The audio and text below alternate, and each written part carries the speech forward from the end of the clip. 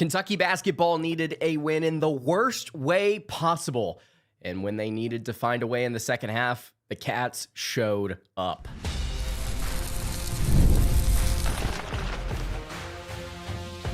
You are Locked On Kentucky, your daily podcast on the Kentucky Wildcats. Part of the Locked On Podcast Network, your team every day. All right, what's going on, Big Blue Nation? Welcome on into Locked On Kentucky, your daily Kentucky Wildcats podcast. I'm your host, Lance Dawe, and on tonight's episode of Locked On Kentucky, we are going to be recapping Kentucky basketball's 72-60 win over the Indiana Hoosiers. Finally, the Wildcats get off the mat. They find a way to win against a quality opponent. First big win of the season after going 0-4 in their previous 4 big-time contests. Is this something the Wildcats can build on? Is there an identity here? Has Mark Pope figured out a way to possibly save the season? We're going to dive into all of that as well as, of course, recap the game. Today's episode is brought to you by FanDuel.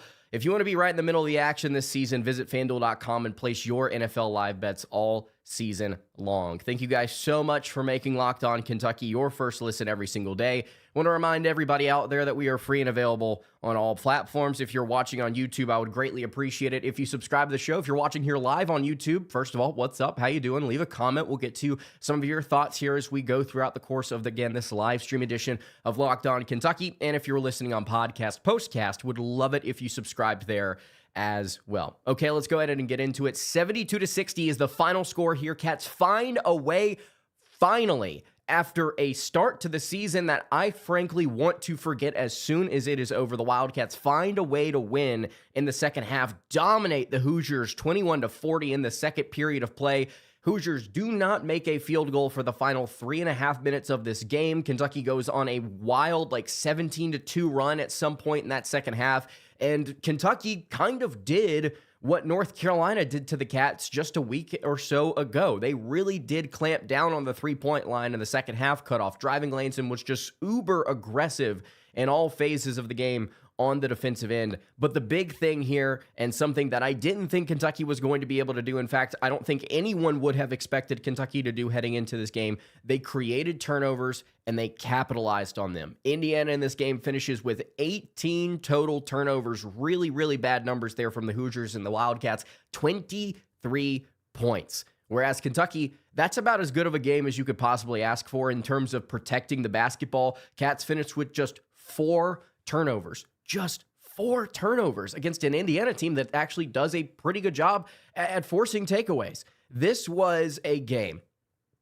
where Kentucky, despite a poor shooting effort, despite not being able to get anything going on the offensive end in the first half, showed a lot of fight and heart in a way that they did not show in those first 4 games, again, against very legitimate competition. This is a good Indiana team, not a great Indiana team, but a good Indiana team that Kentucky found a way to not just beat in the second half, but absolutely choke the ever-loving life out of.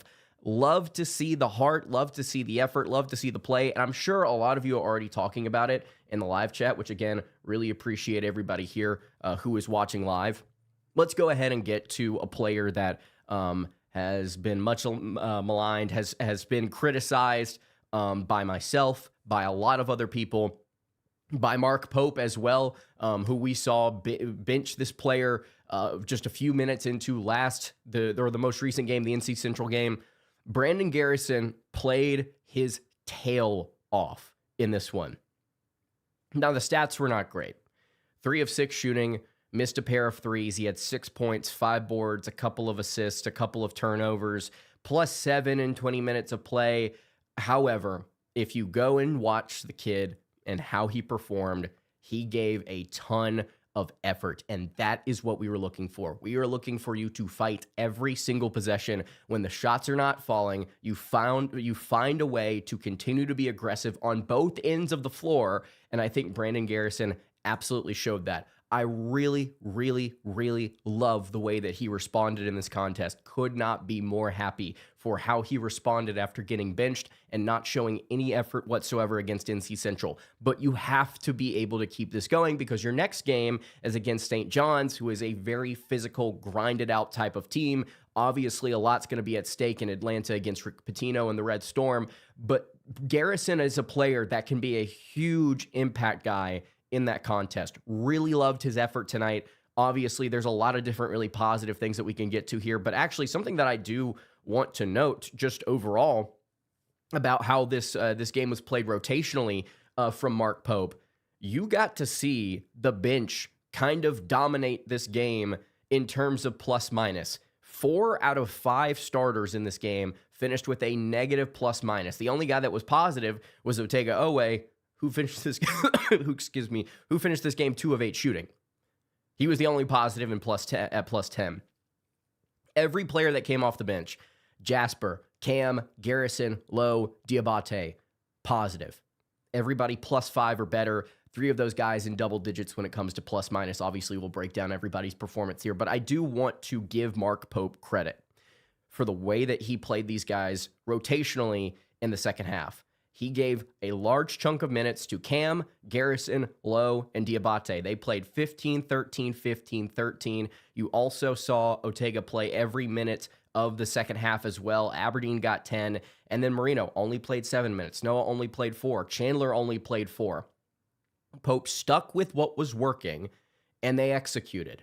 They were playing well chemistry-wise. They were playing uber physical against the Hoosiers. They were getting stops on defense. That was what we want to see from the head coach. We want to see him make smart decisions within the game, something that Pope did, I think, in spades a season ago, especially early in the year. This season, a little bit more difficult for him, a little bit more challenging because of just, frankly, how poorly the roster is constructed. However, I think that he made the right decisions in the second half. He stuck with what was working, and they went out there and they found a way to win. And again, not just win, but absolutely crush the Indiana Hoosiers. 72-60 is the final score. We will get to more of the live chat, some positives, some negatives as well. Peanut Butter Posse also already pointing out one that I think is glaringly obvious. Kentucky's got to be a better free throw shooting team. We'll get to all of this here in just a second. Before I do it, though, I do want to tell you guys about our friends over at Rougiet. Let's talk about something real quick that most men don't bring up, but absolutely should. Stress from work, money, life, it just doesn't switch off at night. Shoot, Kentucky basketball can give you a lot of stress as well. When it shows up at the worst possible time, Rougiet Ready is designed to help you take back control. It's a next-generation prescription treatment created to support both the brain and the body so you can feel present, confident, and ready when the moment matters. Rougiet Ready combines 3 clinically proven ingredients in 1 mint that dissolves under your tongue and absorbs fast. You connect with a board-certified doctor online, and everything ships discreetly to your door. It's really easy to understand why over 150,000 men have already made the switch. And if you've been thinking about taking the next step, now's the time. Head to Rougiet.com/LockedOnCollege. That's RUGIET.com/LockedOnCollege to get 15% off your order for a limited time. Rougiet Ready. Feel present, feel confident, feel ready. Today's episode is also brought to you by FanDuel. NFL Sundays move fast. Well, we're going to have a really fun one here tomorrow. One big play, suddenly everything feels different. That's what makes live betting with FanDuel just so exciting. You're not just watching the game. You're actually a part of it. You're reacting to it in real time. And with FanDuel, you can place live bets as the action unfolds. Every drive, every momentum swing, every highlight moment. Live betting is the best when the game starts to shift, a receiver gets hot, a defense tightens up, or the momentum flips after a turnover. FanDuel lets you jump into the moment anytime. They've got live spreads, money lines that adjust instantly, player props updates as guys heat up. You can bet on next touchdown scores, drive results, totals, and more. It keeps you locked into every single snap, every drive, and every possibility. So if you want to be right in the middle of the action this season, visit FanDuel.com and place your NFL live bets all season long. FanDuel, the game moves fast, and so can you. All right, continuing along here on tonight's episode of Locked On Kentucky, Lance Dawe hanging out here with you. Over 200 of you in the live chat. Really appreciate you guys. Going to pause for water here. Okay. 72-60 is the final score. Cats get a much needed win here at home.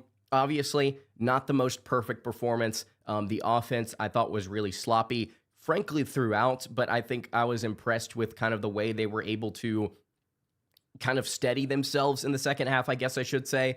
When shots weren't falling, they still were able to find ways to keep things going with offensive rebounds. They were creating turnovers, extra possessions for themselves, and that was kind of the story heading into the season, right? If the Wildcats could create more possessions for themselves, if they weren't going to be the best three-point shooting team. Didn't expect them to be this bad, quite frankly. However, if they were not going to be like an average to slightly beneath average three-point shooting team, you're going to have to find extra possessions to cash in on points through the offensive rebounding, through the defensive playmaking here, through getting just stops, period, as well, and not forcing yourself to have a sort of panicked rushed offense on the other end of the floor.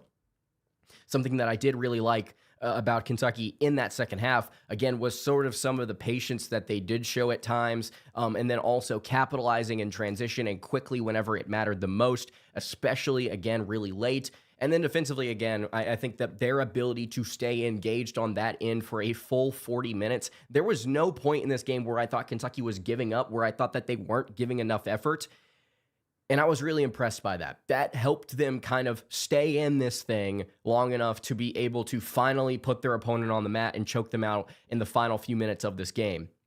Just 43% in the second half. They shot 37.9% on the game, just 20% from three. Those are some really pitiful numbers, to be completely honest with you.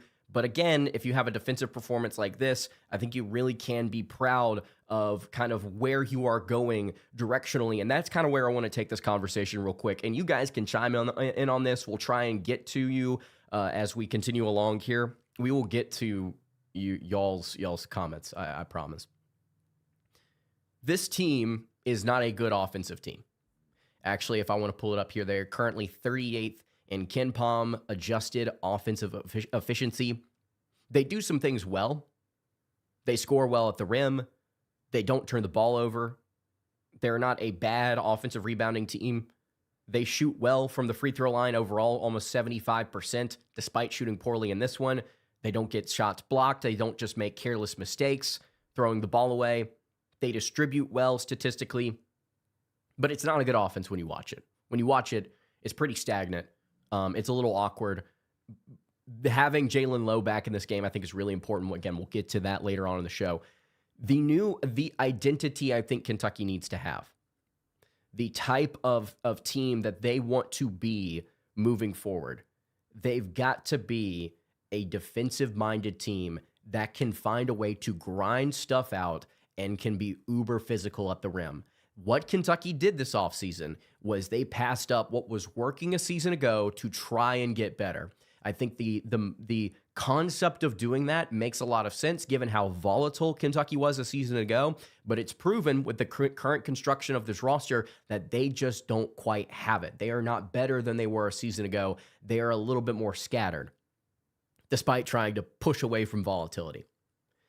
If you're not going to be a good shooting team, if you are going to struggle in the half court at times, you have to be able to find an identity somewhere, and I think all of that comes on the other end of the floor. Kentucky got more athletic. They got more physical. Dioubate, I think, is a huge part of this conversation. I think Malachi Marino is a huge part of this conversation. If Brandon Garrison can give the effort that he gave tonight every single game, which I would pray that he finds a way to do, he is somebody that I think can be a huge part of this conversation. And of course, whenever Jaden Quaintance comes back, he is the biggest piece of all of this entire puzzle. I also think Cam Williams is also somebody that you have to look at as well as somebody that can be a contributor here in terms of physicality and athleticism, despite not being maybe the most impressive offensive player. By the way, I just want to throw this out there. Cam Williams is shooting 81% inside the arc. When he's getting the ball at the rim, he's finishing. He's just not knocking down threes pretty much at all, which is it sucks given what we expected him to be coming into the season. But I think that's where you try and pour yourself in identity-wise. Just try and make this team a Houston type, where that's what you pride yourself on. It's not the fast pace and the three-point shooting and the high-octane stuff. That's not what this roster does well. It's clear. It's abundantly clear through 11 games. That's not what this Mark Pope team does. And it's going to take a little bit of, I think, of a shift in mentality from both Pope and himself and this coaching staff if they want to try and shift in this direction. But I think it's pretty clear to me, it's not a great offensive team. They can be great on the defensive end. Like, I truly believe Kentucky can be really, really good on the defensive end. And I think you pour yourself into that thought process and identity as you wade deeper into the season and as you get closer to SEC play. Be the team nobody wants to play because they can't find a way to score on you consistently. That's what I want to see Kentucky be moving forward. They're not going to really be anything special on top of that in terms of high-octane offense, a whole lot of pace that ends with incredible shooting night in and night out. I really like what Lowe brings to the table as just somebody that can handle the ball. He's not been incredibly impactful up until today, but tonight I thought he was crucial to this win in the second half. Second half, 4 of 9 shooting, 9 points, was super aggressive, handling the ball, driving to the rim, the smallest player on the floor, and yet he was being so I think, impactful when it came to creating contact, initiating, trying to get downhill, and forcing Indiana to kind of change the way that they think they can guard Kentucky. And that's what Kentucky's going to have to do with Lowe on the floor moving forward. They're going to have to find a way to make opposing defenses respect who Lowe is as not just a creator, but as a shot creator for himself. Not the most efficient player, but Kentucky's not going to be the most efficient team moving forward. So if you can make them respect the ability to create in isolation while also giving you that passing ability, I think you have to be able to get that more out of Lowe. I really liked sticking with him in the second half. I thought he was a good matchup in this game. After watching him for a little bit, let's see if he can find a way to kind of build some momentum off of this moving forward. If he can knock down a three-point shot or two every now and then, I think he's going to be really important to this team. I think that also Dioubate was somebody that was crucial for Kentucky, plus 18 in 22 minutes, 14 points, 12 boards, yet another double-double. Also, 5 steals. 5 steals for him. 4 steals for Malachi Marino, by the way. Good night. 5 steals for Dioubate. He was everywhere in this game. Super, super impactful in this one. Huge for Kentucky in that second half, obviously, as they tried to completely shut down Indiana, which they did. So real quick, I do want to talk about this for a second. The negatives here real quick. We'll brush past them, or not brush past them. Let's acknowledge them and then move on, because I think that this is an opportunity to not really wail on, oh, Kentucky didn't shoot well, oh, Kentucky looked like this. I think that this is an opportunity to be hopeful and find some excitement in the fact that, hey, Kentucky might actually have an identity after being basically wandering in the wilderness through these first 10 games, not really being able to figure out what exactly they are. But we will acknowledge the negatives here. Not being able to shoot well from the charity stripe absolutely sucked. Aberdeen missed 2 free throws that were bad. Lowe missed 3. Dioubate missed 4. Oweh went 5 of 8 from the charity stripe. I mean, you had several different players in this game that just were not knocking down free throws. Shoot, Marino went 3 of 4, better percentage than a lot of these guys. If Kentucky is going to be a team that can score in the mid to high 70s and give themselves a shot every night in SEC play, you got to be able to knock down your free throws. 65.8% in this one, 25 of 38. Now, they were a little bit better in the second half, 12 of 17. But again, towards the very end of the game, missing a couple of free throws. Dioubate has to clean that up. Jaland Lowe's got to clean that up. You have to find a way to put the ball in the basket whenever there's no time coming off the clock and nobody's contesting a shot. The free throws are free. Knock them down. You got to be able to if you're Kentucky and you want to find a way to win in SEC play. By the way, if you shoot what Indiana shot in this game, which is 90% from the charity stripe, I mean, you're walking out of here with a blowout win. I mean, this game is Jover, and Kentucky is really, really, really excited about where they are moving forward. Instead, it's still it's a double-digit win at home against a quality opponent, so we'll absolutely take it, no doubt. But I think Kentucky could have done themselves some favors by just knocking down some free throws whenever they had the opportunity. They're free, take them. Okay. We're going to get to the live chat here. Going to get to everything everybody's saying, their thoughts on whether or not this team can find a way to create themselves an identity moving forward. Locked on Hoosiers is in the chat. This game, Jacob is absolutely right. This game was ugly. It was a nasty, nasty game throughout. And you know what? Something that I think Jacob and I said, I don't know if this was on or off air, about we were just like, I just want to see this game be competitive and fun. I just want to see a fun game at the end of the day. This was not fun. This was not fun for either team. You could also say, while Kentucky, I think, did miss on some opportunities to make this game a lot worse, you could also argue that Indiana, who is not like a turnover-prone team, and has been an efficient offensive team up until tonight, that they did kind of shoot themselves in the foot at various points in this contest. So, I mean, that's a team that I think can find a way to rebound and be pretty good moving forward. But we'll get to the rest of the live chat. Shout out Jacob Goen. Shout out Locked On Hoosiers. Go subscribe to him. He's doing great work over there, obviously covering basketball and football, because the Hoosiers are the best team in college football right now. Before we get to the live chat, kind of breaking the rest of this game down, I want to tell you guys about our friends over at Aura Frames.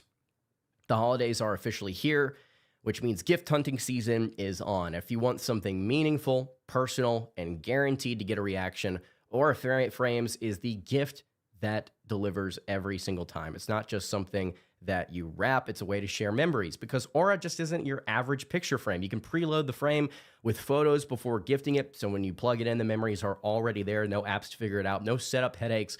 It's just instant smiles. My parents have actually had one for a little over a year in their kitchen. Every single time I go over there, somebody makes a comment about how cute a memory of a photo of one of us together or the family is, and it's actually a genuinely nice gift. I love it a lot. I think it's really, really adorable, just kind of getting to see throwback memories just casually in the kitchen whenever I'm over with my folks.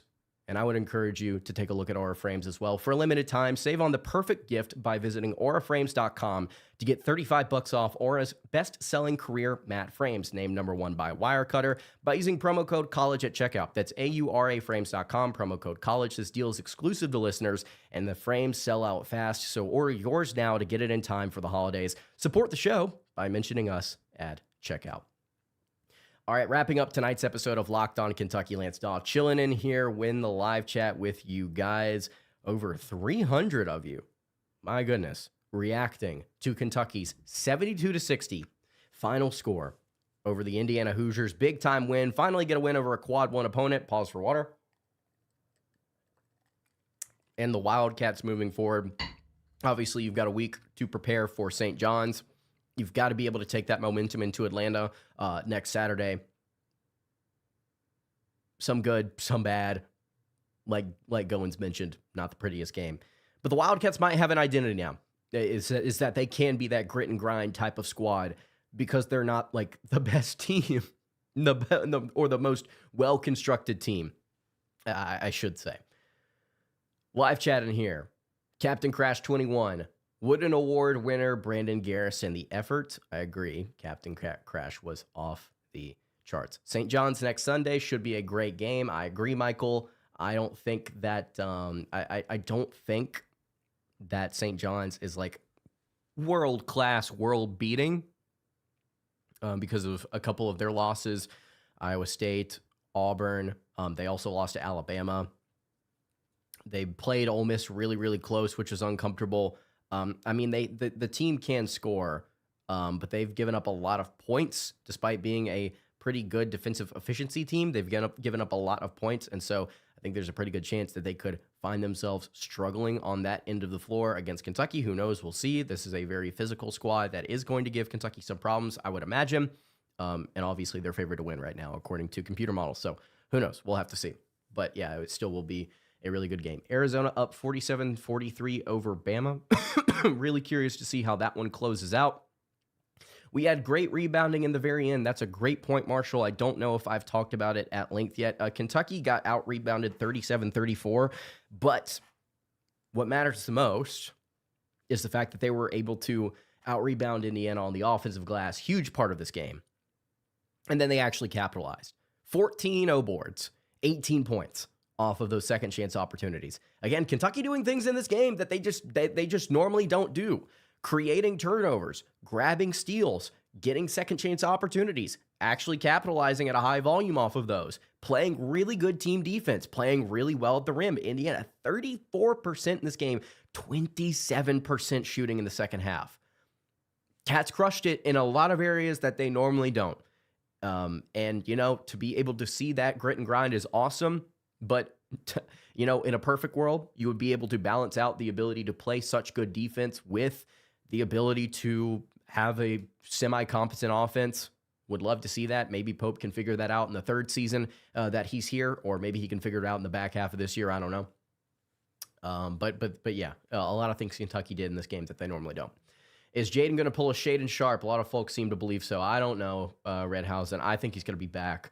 I mean, we've kind of gone from we don't know when he's going to be back to he's going to be back in a month or so to he's going 2-on-2, 3-on-3, 5-on-5. Okay, now he's actually participating in practice, like legit, not just against grad students, but like actually practicing. He's going to be back in the next few weeks. I would imagine if I had to guess, I would say that he's back by the Alabama game, by SEC play. I'd love to see him back by St. John's next week. In fact, if Kentucky, I guarantee you, if Kentucky needed him in the if tomorrow was an NCAA tournament game, they would play Jalen Quains. Like I am almost 100% positive of that. He's not dead. Like he's not just sitting out just cuz. He is going to play at some point. And based on what we've heard, it sounds like it's not him that wants to sit out. He wants to play. He wants to go out there and play. The staff is just making sure that he's not going to hurt himself when the opportunity rolls around. So staff's being more cautious than maybe the young man wants to be. We'll see. I think he does play at some point, if I had to guess. Denim uniforms next game, that would be pretty freaking cool, actually. UK volleyballs in the Final Four as Coffee Cat 62 mentions. Actually awesome. I cannot wait to see if volleyball can win a title. I mean, they have just kind of steamrolled everyone in the bracket. JQ back for Bellarmine. I would like to see it. Why is Aberdeen playing? Aberdeen is the second option that you have at point guard. You don't have a better second option than him. So you just kind of have to ride with it.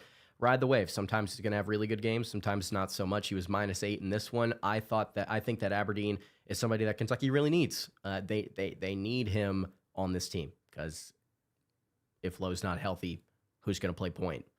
I don't know. I think you just got to ride. You got to ride the wave. Hate to say it, but Noah and Chandler are set shooters, and the game is running past them. Their entire defensive game is possibly limited to riding the pine, says G. Bartley, 55. I'll be curious to see how Pope runs his rotations in the future. I'll say that. I like Chandler as more than just a set shooter. 1 of 7 in this game. He's got to be able to stop flailing around at the rim and trying to go for reverses that just are not going to work. Just put the ball in the hole on the side that you get the ball on, that you're driving on. Like, stop doing that crap. Just try and muscle in a layup. You are 6'5", 200-plus pounds. You have a God-given ability to jump out of the gym, get up at the rim, and finish. I think that he's what's the word I'm looking for? He's making it more difficult on himself than it actually is. Noah, I think, is limited. But when he's hot, he's really valuable. When he's just not really much of an impact player, like you mentioned, again, like how much can you actually play him? So I don't know. Have we heard about Hawthorne and whether he's officially going to redshirt? I know Potter is. Pope has done everything but say that that Hawthorne's going to redshirt. He's come out and basically said it, which is really annoying. Could just kind of get coach speak. No, that he's not going to play. But he's not going to play, I don't think. Everyone was missing layups tonight. They sure were, William. Noah is their best three-point shooter. I would agree. But again, how impactful can he be night in and night out as like a versatile player? But you're not asking him to be a star. You're asking him to be a role player. So I don't know. Maybe he does continue to get some minutes. Like 11 minutes tonight was not killing Kentucky, I don't think. I love the ball hustle that Kentucky did show tonight. You're going to the St. John's game, Marshall. Awesome. That should be a lot of fun. I agree. CSX, I really like the efforts and the energy and the vibes that Kentucky had. They did not quit in this game, and that's what you were looking for. You were looking for Kentucky to have a complete game, start to finish. I think Bryce Hopkins is still with St. John's, so this is the second time he will play against UK. First time, as Great Kentuckian mentions, was that 2023 Providence first-round NCAA tournament game. I remember that game. That season felt so sad towards the end for me personally, just because of the high expectations. Obviously, I'm sure a lot of you felt the same.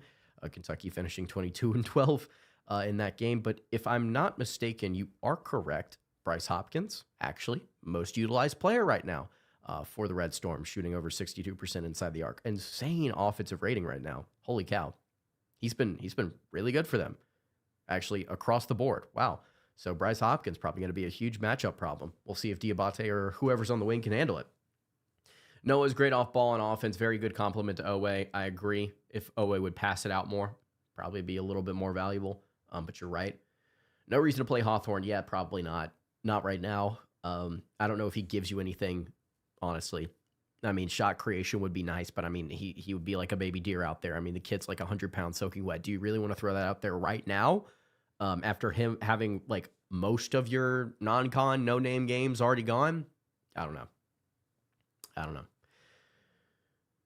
The latest would be before Christmas for JQ. We'll see. I hope so.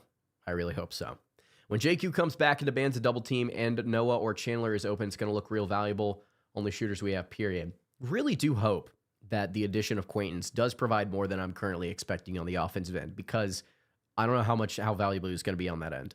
But I think he can be awesome on defense. But if he is able to kind of if we can work inside out, that would be super, super good for Kentucky. What do you think brought the energy back tonight rather than other games the past couple of weeks? They all seemed like they finally wanted to be there. I think Pope finally got on their ass. I think he finally lost his mind on the team. I don't know what he could have said over the course of the last few days or after the NC Central game. It was clear he was upset and frustrated after the NC Central game, like in a way that we have not seen him. And he's taking a different approach, a different mentality. He's got to be tougher. I think he knows that. I think front-facing, he's got to be more resilient and more aggressive and just a different person, personality-wise, if he wants to get the type of production out of this team that he expects and the fan base expects. And so I think that both behind closed doors and front-facing, it's clear he's taking a little bit of a mentality shift in terms of being more aggressive and just being more hard-nosed. So I think he finally got on this team, is if I had to guess. He sure as crap got on Garrison in the last game. And I'm guessing because of the way that they played the rotations against NC Central, probably got on a few other players too before that game was even played. So I think he's being a little bit more intentional with how he is approaching this and being more assertive, I guess I should say. So, Indiana's the worst team I've ever seen, says my cat is named Chub Muffin. Captain Crash 21 says, that is the most hyperbolic statement I have ever seen. Not even going to comment on that. I think that's just beautiful the way that it is.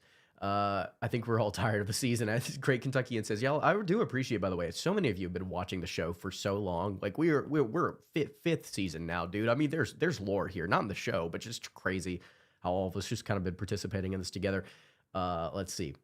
Pope might have to ride this particular team, and he might have to ride with the freaking bench that he played tonight. You're right. Dioubate, Lowe, Garrison. Lowe has to play more, and if he's healthy, I love it. If he's healthy, I love it. 13 points, by the way, 5 boards tonight. I thought he played well, especially in the second half.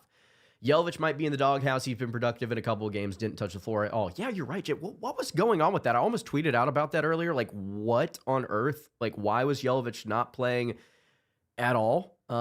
He had to have, like, I didn't hear about any sort of, like, serious injury, right? Like, he just sat. Like, Kentucky just didn't play him. Has to have messed up in practice. I had to. So, yeah.